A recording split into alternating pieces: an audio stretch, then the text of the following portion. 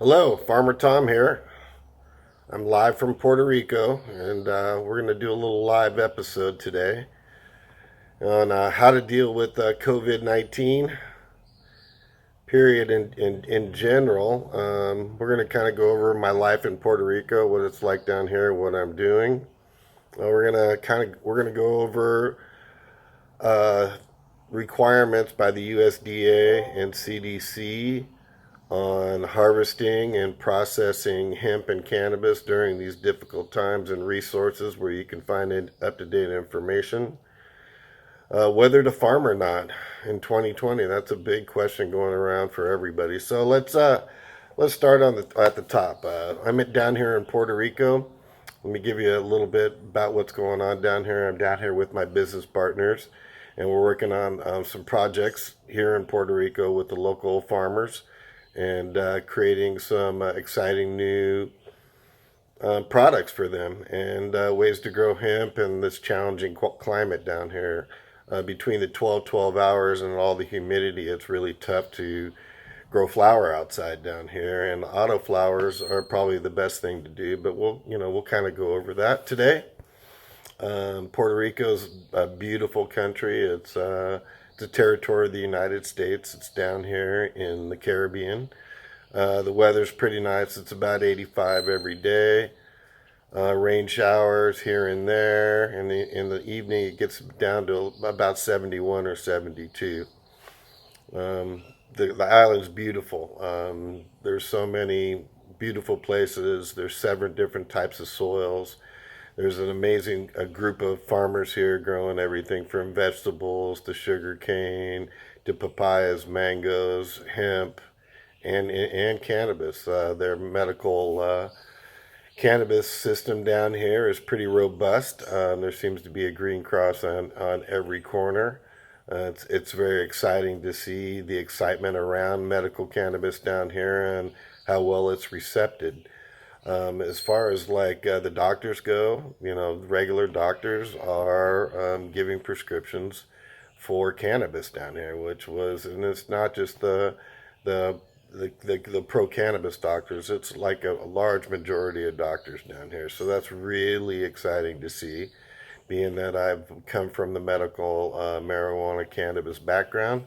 It's really exciting to see the quality of the product. Everybody's so excited and what they're doing to up their game. And I'm down here working with a few of the farmers, trying helping them up their game as far as producing quality organic cannabis. They're doing a really good job down here, and a lot of farms are doing their best to produce best quality product. As far as the coronavirus goes down here, they're very strict about everything down here. I've been here for like 17 or 18 days now, and 17 of the days we've been on total lockdown. That means you can only go to the store for certain things, pharmacy, gas, food, that type of stuff. And they have a curfew that goes from, it was when I first got here up until about a few days ago, it was between 9 p.m. and 5 a.m. They moved it up to 7 p.m., so early evening to 5 a.m. If you get caught at the beach or hanging out with your buddies or anything, they're pretty strict. It's a $5,000 fine and or 6 months in jail. They really aren't messing around down here. Um, that's really good for all the people. They're used to catastrophes down here between Hurricane Maria and the recent earthquakes. People are pretty much set up and are used to curfews and food rationing, so they do a really good job at both. The stores seem to be stocked pretty well. I was able to get some toilet paper at my last trip to Costco, so that was pretty exciting. They had all my favorite things that I like to eat from Costco, so that was nice. The people here are amazing. The farmers down here are really excited to get started growing hemp. They're still in the testing phase, research phase, but it looks like this year they're going to open up to commercial operations. And it's exciting to work with the farmers down here and see what they can actually grow, considering the circumstances. There's definitely a few options down here that we're busy in ironing out. So Puerto Rico's beautiful. The people are amazing. We've kind of been stuck in the house these last couple weeks, but we're getting a lot of work done, because of being stuck in the house. So things are moving along really well down here on a lot of different fronts in Puerto Rico. So as far as uh, the COVID-19 goes and hemp farming this year and farming in general, I want to start off with giving everybody my recommendations or what I think I'm going to be doing this year on our farm. My farm is back in the States in Vancouver, Washington, and I've been checking in. I did a little Zoom video yesterday, toured the farm. Everything looks amazing. Everything's on schedule. This year we mixed it up. We do vegetables every year, enough, for the community, but we really kicked up the vegetables. We're going to do about half again the amount of hemp as we did last year and concentrate on local food. It looks like local food's going to be in high demand this year. With the COVID-19, a lot of the big operations that were sending food to the restaurants and stuff are having to close down. So we think that in the local community, there's really going to be a need for fresh produce, fresh vegetables, produce, local meat, all that kind of stuff. I think we're going to retract back into more of local economies as opposed to these big spread out economies around the world. Um, we're going ahead, and this year we're growing some CBG. We've got a couple different ideas on how to grow some CBD crops this year. We're working with the state officials on maybe growing an early crop that has a little bit more flower on, and then a later crop that doesn't have that much flower on it. And between the picking of the whole crop, we can bring the CBD levels down. Now, the CBD levels are a big issue and have been a big problem in the hemp space with these new rules. Zero point 0.3 THC decarboxylated THCA is pretty out of reach. I mean, there's a lot of growers out there, a lot of seed breeders out there that are claiming to have these genetics, but I've yet to see any really solid results in a full-term outdoor grow situation. So you may want to work with your local ag department. I know most of them are closed down during these times, but keep moving forward, stay in contact with them, and there's always a workaround for growing hemp and growing everything that it works out for them and it works out for you. It's all in the language of how the laws were written. Um, the Down here we're doing pretty much the same thing. They're going to be growing outdoor hemp this year. They got permission to do 10 acres on the farm that I'm working with. So we're going to go ahead and set those guys up and we'll see what we can do this year. I think it's probably a better fiber zone than it would be for flower and biomass, just because of the so close to the border and so much humidity in the air. It's really hard to get any really fine flowers without contracting mold in the process. So we're going to be weeding out the mold variety, the varieties that are more susceptible to mold. We're going to be weeding those out this year and really trying to find the varieties that work best down here in Puerto Rico. Like I said, there's every different climate out here. There's 7 different types of soil except for Arctic soil. So it's a really big challenge, and I'm really excited to be a part of what's going on down here in Puerto Rico. One of the questions that came up is, how do we keep our employees and customers safe during COVID-19?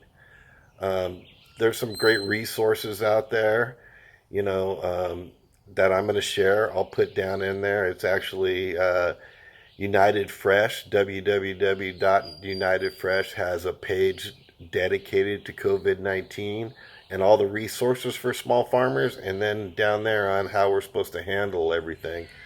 I would think like you would give each individual employee, right now we're all planting. So we would have one person do all the seeding of all the trays and get them all staged up and get them, so we can start watering them and sprouting them. That way, there's not too many people touching the equipment while working. Of course, follow the 6 foot rules.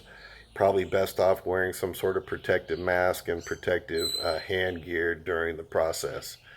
Everybody should abide by the standards that everybody's setting up out there. And I think masks are going to be key, because just talking to people, and there's people with no symptoms out there that can spread this virus, which is really, really dangerous.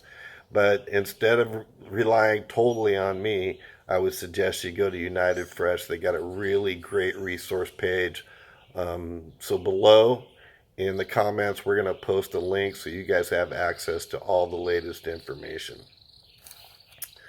Let's see.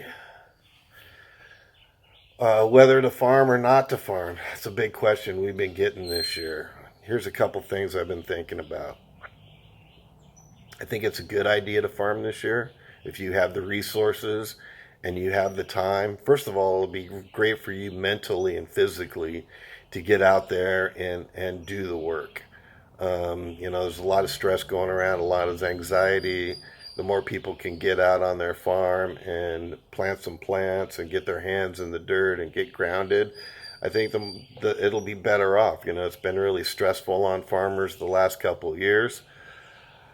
And hopefully this federal government COVID response bill will be able to get some loans and stuff to kind of keep us going through this year. I would definitely check with the resource page from United Fresh. Those guys have like everything on there. It's definitely a great resource. There may be some benefits this year to growing CBD and hemp in general, is because a lot of farmers are really backing off from last year. Like I said before, last year kind of really weeded out the chaff. It really got rid of the farmers who were just in it for the money, and really, opened it up to real farmers who have been doing this for years, who kind of expect failure every year. So, you got to be precautious out there. You got to keep your rows wide. You got to keep space between the plants. We learned about all that last year. Other things that you can do is grow those vegetables around the edges of your farm. I'm suggesting the farmers grow hemp in the middle sections, but leave like 10 to 20 feet along the edges of your existing beds that are already getting water and already getting nutrients, and dedicate those to vegetables. I think that'll be a huge plus for your community, and it'll give you a stable food supply, throughout the year for you and your neighbors. Whether to farm, I'm saying, do it carefully. I think there may be some surprises at the end. At the end of the year with people not growing so much, I think that the opportunities to be one of the few that has product out there. We're seeing now that both hemp and cannabis are essential items in life. I think that the laws are going to change. Let's hope that they sneak the 1% total THC into one of these bills to really help the farmer and the 15-day harvest period. Those two things, stumbling blocks, are really holding us American farmers back as far as competing on a worldwide marketplace. The other countries have more advantages than we do when it comes to this. So to level the playing field, I'm really encouraging everybody during this time, when you're talking to your state representatives about COVID, you also drop that, us hemp farmers really need a break, and for us to compete competitively on a world stage, we really need to drop the 0.3 and put in the 0.1% THC. From the Kentucky study out there, they're saying that you don't start to feel the effects until 3%. Like I said before, I always thought it was more between 4 and 6%, but 1%, a lot of the genetics out there will still be able to grow and have successful crops and produce the CBD and CBG and all the other cannabinoids and terpenes in the process to give us a fair advantage on the worldwide marketplace. So those are a few of my thoughts on growing hemp this year. I hope everybody has a safe and stay safe out there. You know, this virus that's going around is really dangerous, and it really can affect a lot of people.